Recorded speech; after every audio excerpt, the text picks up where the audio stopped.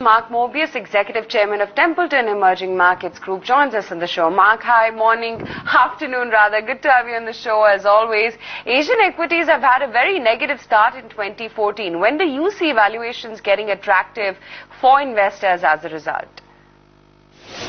They're now beginning to get quite attractive.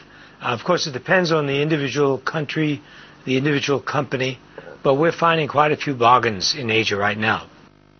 Mark, electoral success of new parties in India has raised possibility of a fractured mandate for the BJP if it comes to power.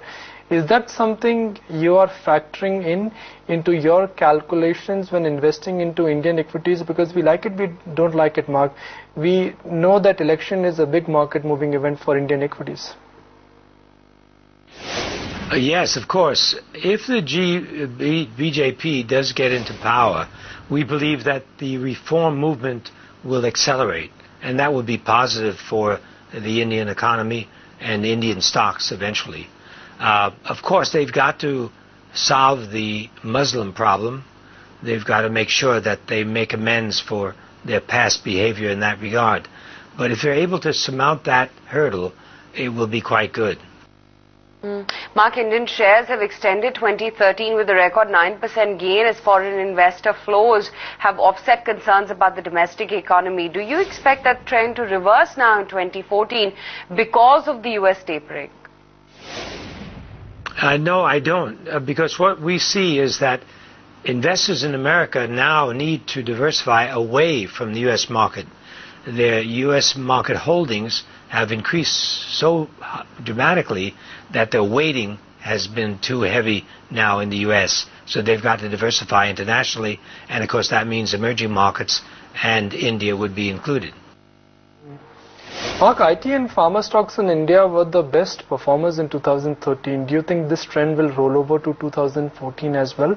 And are you bullish or bearish about these two sectors for the moment? I'm still bullish because these sectors benefited from the weakness of the rupee, particularly the IT sector, and that situation continues. The rupee continues to be weak against the US dollar, and of course these companies benefit from that because their costs are in rupees and their income is in dollars. India's central bank, Mark, has said that the economy is ready to face the effects of the US tapering. Do you echo that sentiment?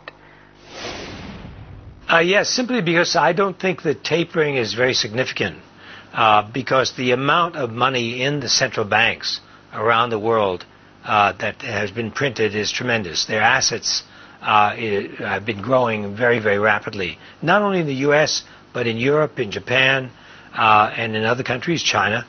So I don't believe that tapering will have that much of an impact. Mark, really appreciate you taking the time out and speaking with us today.